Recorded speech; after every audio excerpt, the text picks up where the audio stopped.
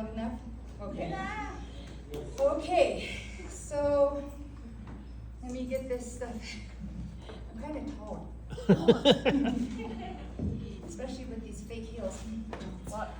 Okay, so just to let you know, I have a brain injury from an attack. I was a counselor. I was getting my master's in art therapy. So my whole life changed. And I was a public speaker before, and this is my first speech that I wrote post-brain injury. So, I'm sorry, because as we know, as individuals with brain injuries, we have a hard time regulating our emotions a lot of the times. So, without anything else being said, good evening. Greetings, everyone, and thank you for the time you will be giving me tonight. As I stated earlier, my name is Donna, and I am 57 years old. I am a grandmother to many beautiful stars out there in the universe, and I am a mother to just as many. I am only a small atom inside the womb of the universe, and if there is anything I be, or am, a word weaver. I weave emotions, clarities, confusions, stillness, epiphanies, and joys into life. I birth unspoken voices into melodies of feeling and song, creating a heartbeat where there was once only silence. Words born out of frustration, loss, limits, and overwhelming challenges need not be our definer or a place we call home. Feelings tied to those words are the fodder I use to create a narrative of resiliency and compassion out of a trauma that cost me everything. And I do mean everything. Well, except my very essence, my me-ness. On an oddly quiet and serenely dark night, everything I wanted, knew, and was pursuing was violently ended, murdered, ripped out of my brain. Silence. They call it a brain injury. I call it a life giver.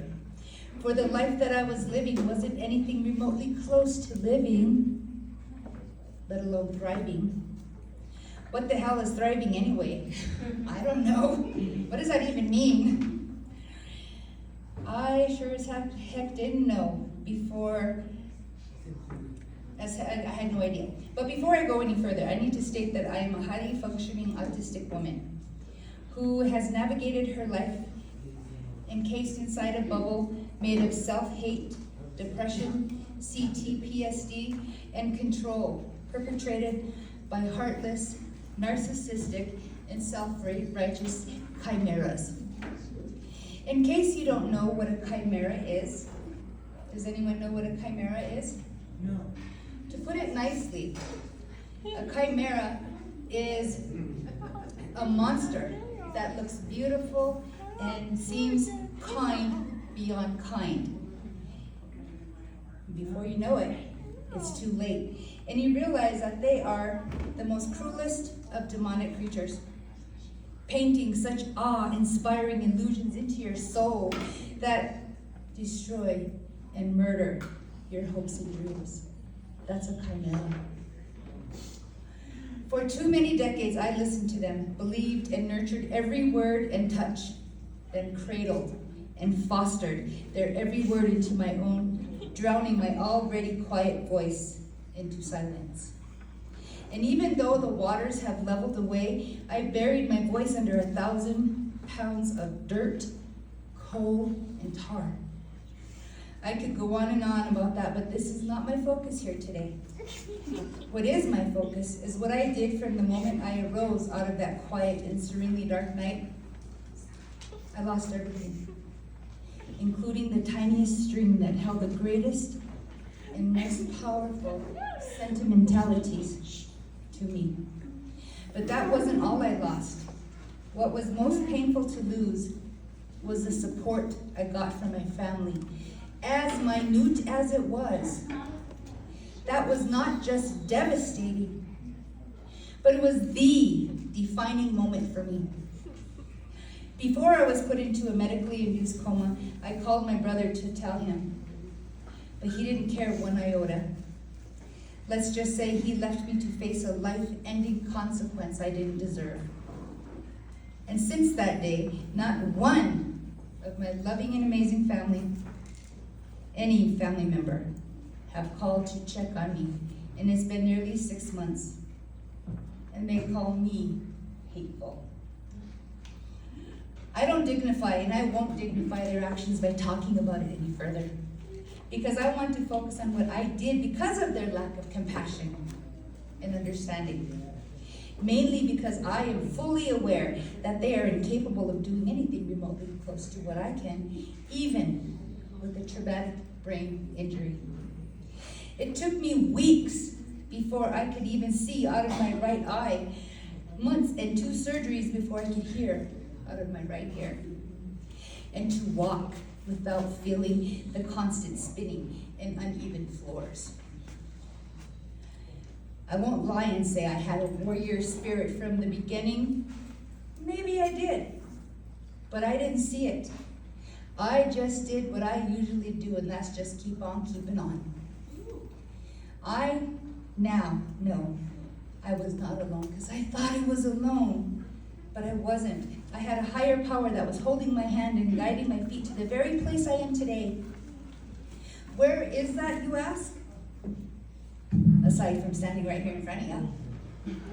To tell you the truth, I didn't have an answer for that until a couple sunrises after I was asked to speak at tonight's event. As I stated earlier, I am a grandmother to many stars and a mother to just as many. But what I didn't state earlier is that I as well come from the stars. In specificity, I come from the thunders. I am the flash of fire across the sky. I am the rain. I am the water that washes away pains, traumas, angers, and lies. I am a healer who weaves words and emotions like a surfer glides across towering waves on a board, or an artist who plants paint on a canvas to bloom images both grim and grand, or a jingle dress dancer who floats upon her prayers in the middle of the arbor. Beautiful. I am a living relic, an anomaly that wasn't destroyed by manifest destiny's sole intention of my people's obliteration. For I exist. I exist.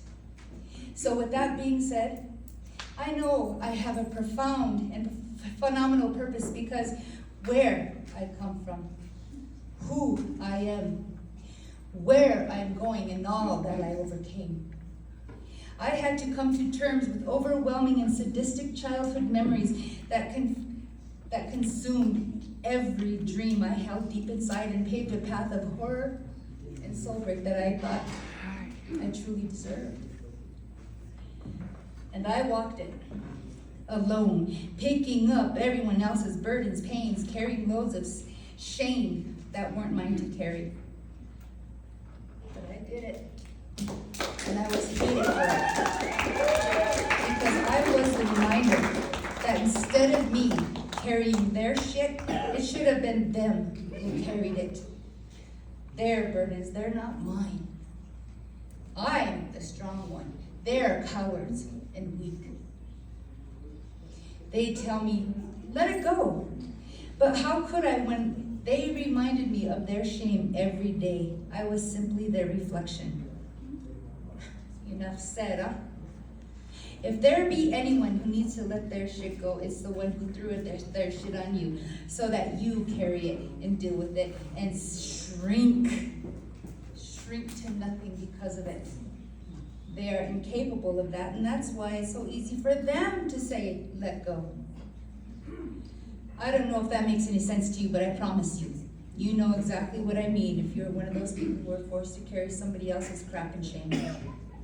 And I say this out loud, loudly And without any doubt, the ones who will not understand this truth are the ones who throw their shit on other people who don't deserve to carry anything other than their own.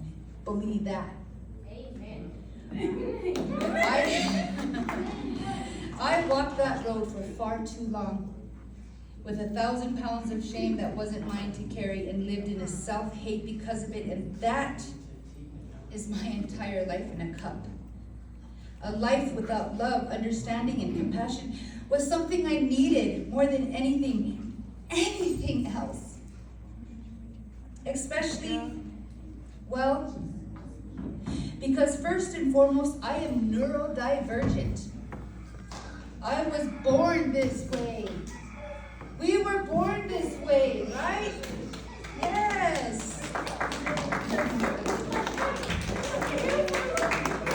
I am a highly functioning, intelligent, autistic woman with a recent and bone-chilling TBI. And because of my injury, the path that was laid before me had been crumbled and let me start that over. The path that was laid before me had crumbled to dust, and I thought, I not only lost everything, but I was the greatest failure in all the planet. And I truly mean that, because I was raised to think that everything bad that happened to anybody around the earth was my fault. Some Russian woman who got run over by a tank was somehow my fault. So why wouldn't I think I was the greatest failure in the whole universe? Moving on. As I stand here before you today, I am absorbing all the love and support that I wished I got throughout my entire life, and I am grateful. Looking at your beautiful faces, thank you for you. For I know, for if you knew how hard it was for me to come back to life again after losing my eyesight, my hearing, and ability to walk, to come back knowing I no longer have a home to come back to, or a family to call my own. I was never part of a family anyway, because I was adopted out, and the family I was adopted into never fully understood who I was, and gaslit my every childhood and teenage hours. And they continue to openly condemn and spread horrific stories about what they think I'm all about. And that's okay, because they don't deserve the best part of me, because they spent their whole lives destroying me. So they don't get to have the good me. I truly mean this when I say, I am so grateful for that they taught me cruelty. I am so grateful because these lessons have brought me such strength and inner peace. I am peaceful today. I won't give them any energy, because I don't need to prove a single thing to them. They are not worthy of putting any kind of judgment upon me, because who do they think they are? God? I think not. Not by a long shot. I am so very grateful that they left me on that table, bloody, blind, deaf, and alone, because that is what healed me. I turned the tables on everything. I turned the tables on everything I once thought was real, for I saw the truth for the very first time, deeply and fully. I was never worthy to them, and that's okay, because I am okay. I am enough, and I learned so much about what love wasn't supposed to be like. Love isn't about conditions, structure, plans, condemnation, control, and betrayal. And it sure isn't about stopping love growing between a grandma and her beautiful grandchildren. Love is music sung by the wind as it dances through the aspen and oaken leaves. Love is free, unplanned, courageous, spontaneous, and encourages elders to teach and guide and cherish the little ones, so life evolves beautifully. not remaining stagnant and stuck in the past. Love isn't simply rainbows and hearts and sunny smiling faces and unicorns. Love is them raw, roaring purple, pink, and blue storm clouds rolling in. Love is as the lights flash inside the colored clouds, bringing joy and fear equally. Love is the sand dancing upon a beach, free and unchained. Love is the smell of rain, coming, falling, the dew wisping silently away into the skies above. Love isn't loud or crass. Love is kind and quiet. My entire life, love had conditions, rules, structure, and was only offered when I was doing something for others, and only if I behaved myself. What the hell is hate? But I had to be it. I don't know. My father never said I loved you until it was time for him to cross over. But I'm grateful he did. One time was enough for me. My mother never told me I was beautiful or worthy. Nor did I have the mother-daughter relationship I so craved and I always wanted and saw on TV. But I'm grateful we didn't. My brothers never protected me because one of them was my greatest monster of all. To me, he was Kronos. For he controlled the timeline of my past, present, for a long time, the way my future was to pass. They were my most beautiful and powerfully greatest teachers. I honestly thank them for that, and I am truly, truly grateful. From the very beginning, I was on my own and faced every storm, hurricane, tsunami, terrified, alone and unsafe. I can say, though, in all honesty and clarity, that my family, nor anyone else for that matter, knew anything about autism in the 60s or 70s. So I can't say anything, in a negative way at all. I'm not being judgmental, cruel, and that's okay because I don't need anyone to validate me because I validate me.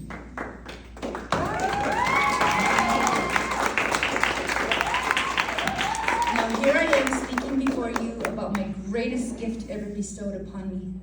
A gift that took every part of me and twisted, turned, crushed, and swallowed every beautiful and peaceful part of me. At least that's what I thought when I lay on a table going into a medically induced coma, drifting off into an oblivion I didn't know I was even going into, let alone know I was going to come out of or face lifelong consequences. Imagine that for a moment. No, you don't have to because you was with me. You was right there. I am not broken. The battle I fought every day wasn't a battle on the outside of my person. It was a battle of self that I needed to conquer. Being autistic, my safety is deep inside myself. I shut down and isolate when I feel attacked and unsafe. Right? Isn't that something we do? And people think that's our character. It's not a character problem, it's a nervous system. And I wish people would understand that. I'm not broken. You're not broken. I was never broken. You were never broken. Amen. I was just buried as you under 1,000 pounds of shame, not mine to carry. So instead of feeling sorry for myself, I took the reins of this new life and jumped right into it. Full force with my brand new brain. I currently live in a homeless shelter where meth and fentanyl powder alongside alcohol flow freely, where the overall vibration of the residents reverberate judgment, anger, jealousy, and control, and not because of that's who they are. It's because of what they were going through and what they felt 7,688 times before. And they continually feel right now. I know what I speak of because I see it and I live it every day, and sometimes I feel that same self-hate so much I want to self-medicate. But I love myself too much today to numb or sleep my sunsets and sunshines away. I choose to be here, right now, alive and rebuilding me, planning to thrive. I arose from that table my family left me on. I arose not a Frankenstein, made of other people's parts and scars, but a dragon. A dragon forged in the fires of trial and challenge, loss and betrayal, misunderstandings and jealousies. I'm not a phoenix, no. I am not a phoenix who simply rose out of the ashes. I am more than that, for I go back into the fiery volcanoes to pull other souls out of hell's cradle by giving them the water they need in order to just breathe. I am a dragon, a slayer of dream killers and extinguishers, my wings dousing the outside fires and fanning your inner one that births a dragon just like me. What does this dragon do today? Well, like I said, I got right back up. I created a curriculum for individuals institutionalized from being in long-term incarceration, addiction, severe CPTSD, and applied it to TBIs, both innate and acquired. And instead of soaking in my pools of tear and self-pity, not only did I jump off that table with purpose, I took my first steps with words full of life's breath and held an inner power I didn't know I possessed. I didn't know what I was capable of until that very moment that my brain was created anew. So, the moment I pulled up my big girl panties and wiped the tears away, I enrolled in school, for I wanted to be a pilot, but I can't do that anymore, so I didn't feel sorry for myself. I got into the drone pilot program, so I'm going to be playing with drones. Amen to that. Right? Wrote my second book, got back to work on some other things that I've been doing. I won't go into it because it's blah, blah, blah. And I wrote this speech that I'm writing right in front of you. That might be someone's task before lunch.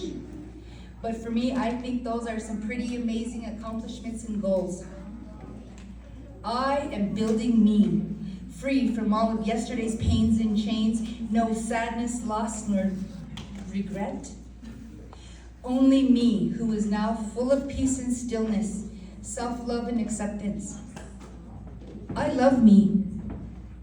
I love me so much now, and no one loves me the way I need to be except me. And I deserve nothing less. So I think that's what thriving is, right? Am I thriving? You bet your ass I am.